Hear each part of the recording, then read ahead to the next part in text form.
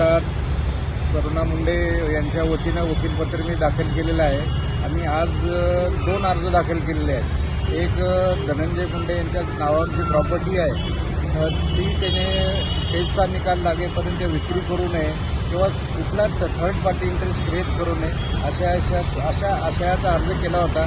त्यावर कोर्टानं other side to से म्हणजे प्रतिवादी धनंजय मुंडे यांनी आपलं लेखी म्हणणं दाखल करावं व त्यामध्ये 6 जून तारीख ठेवलेली कोर्टानं सुट्टीच्या कोर्ट सध्या सुट्टी असल्यामुळे 6 जूनला तारीख ठेवण्यात आली आहे।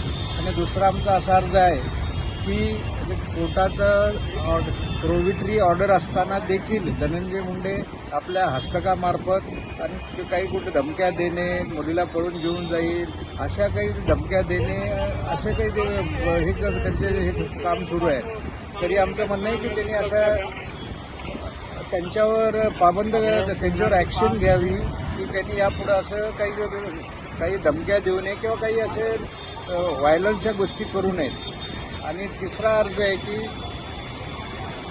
अर्ज असा आहे की आम्ही 60 लाख जो कोर्टाने 2 लाख रुपये महिना जी ऑर्डर केलेली आहे अर्ज दाखल केला त्या तारखेपासून साठी आता 60 लाख रुपयेपर्यंत जे एरियर्स आहे ते वसूल करण्यासाठी तो अर्ज केलेला आहे। त्या अर्जावरही कोर्टानं आदेश दिले आहेत की ते धनंजय मुंडे यांनी आपलं लेखी म्हणणं दाखल करावं आणि या सर्व तिन्ही अर्जावर 6 जून 2025 रोजी तारीख ठेवलेली आहे।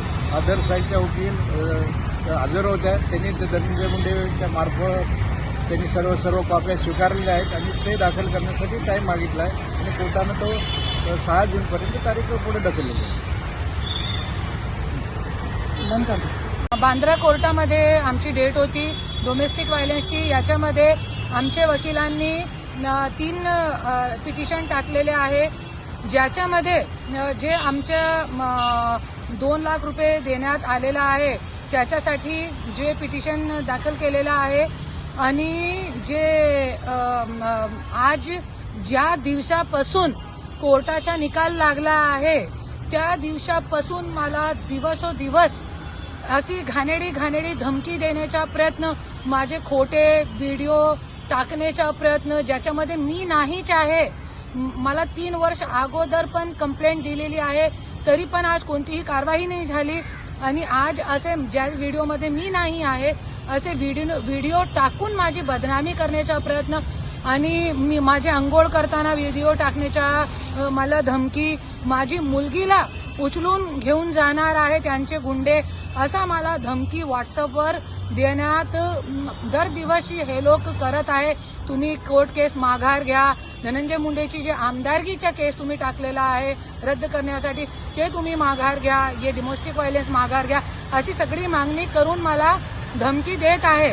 त्याच्यासाठी निवेदन टाकलेलं आहे, पिटिशन टाकलेलं आहे आणि धनंजय मुंडेची जे प्रॉपर्टी आहे जे मला न विचारतात आज 500 कोटीचे ओरिजिनल पेपर माझ्याकडे आहेत आणि ते प्रॉपर्टी जे बेक डेटचे स्टाम्प घेऊन राजश्रीचे नावावर केलेली आहे ते सगळे प्रॉपर्टी जे आहे ते कंपनी आहे, शुगर फॅक्टरी जे आहे आज कमीत कमी 5,000 कोटीची प्रॉपर्टी आहे, ज्याच्यावरती मी आज पिटिशन टाकलेलं आहे कोर्टामध्ये की हे प्रॉपर्टी ज्यापर्यंत आमचा निकाल लागेल नाही तोपर्यंत हे प्रॉपर्टी कोणीही खरेदी विक्रू करू शकत नाही आणि याच सगळे प्रॉपर्टीवरती स्टे आणावं लागेल।